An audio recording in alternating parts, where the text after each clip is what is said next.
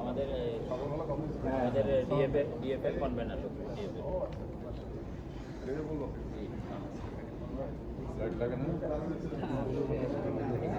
প্রথমত বিষয় হচ্ছে যে গত 17 বছর স্বৈরাচার আওয়ামী লীগ সরকার যেভাবে বাংলাদেশ ফুটবল ফেডারেশনে দলীয়করণ করেছে, সেই দলীয়করণের সুযোগে কাজী মোহাম্মদ সালাউদ্দিন,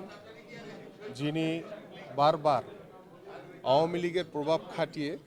তিনি এই বাংলাদেশ ফুটবল ফেডারেশনের সভাপতি নির্বাচিত হয়েছেন, সেই জায়গা থেকে আমরা দেখেছি গত 17 বছরে বাংলাদেশের ফুটবল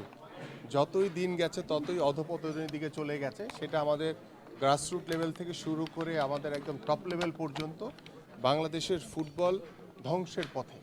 তো সেই ধ্বংসের ফুটবলকে বাঁচানোর জন্য আমরা মনে করি যে গত স্বৈরাচারের যে সরকারের পতন হয়েছে, সেই পতনের পরে বাংলাদেশে যে পরিবর্তনের হাওয়া লেগেছে, সংস্কারের হাওয়া লেগেছে, সেই সংস্কারের জায়গা থেকে আমরা প্রত্যাশা করি বাংলাদেশের মানুষ এখন ক্রীড়াঙ্গনকে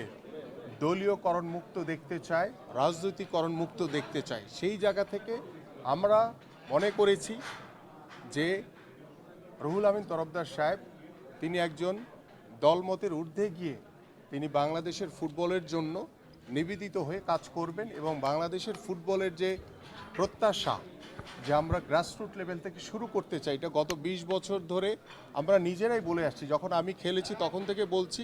আবার এখনও বলেছি খেলা ছাড়ার পরে, কিন্তু সেই শুরুটা এখন পর্যন্ত হয়নি। তো সেই শুরুটা আমরা চাই যে এটি রাতারাতি কখনোই সম্ভব না। আমি বলবো না যে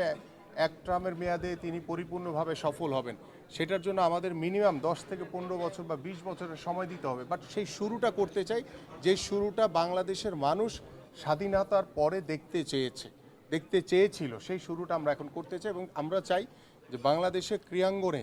যাতে আর কোনো দলীয়করণ করা না হয়, রাজনীতিকরণ করা না হয়, সেই প্রত্যাশাতে যদি আমরা পূরণ করতে পারি জাতির কাছে, তাহলে আমার কাছে মনে হয় যে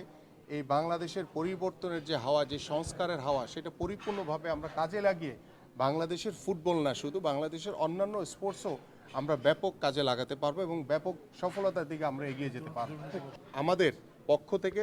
পরিপূর্ণভাবে আমরা রুহুল আমিন তরফদার সাহেবকে আমরা সমর্থন দিচ্ছি এবং আমরা চাইব যে উনি দলমতের ঊর্ধ্বে গিয়ে, আমরা যেহেতু প্রথমেই বলেছি আমি যে আমরা কোনো রাজনৈতিকরণ এবং দলীয়করণ করতে চাই না ক্রীড়াঙ্গনে, সেই জায়গা থেকে আমরা তাকে সমর্থন দিয়েছি এবং তার সমর্থনকে কেন্দ্র করে আমাদের পক্ষ থেকে আমাদের যারা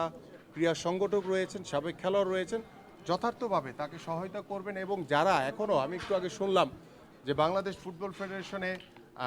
কিরণ, সম্ভবত কিরণ আপা, তিনি বোধহয় বসে তার যে আজ্ঞাবহ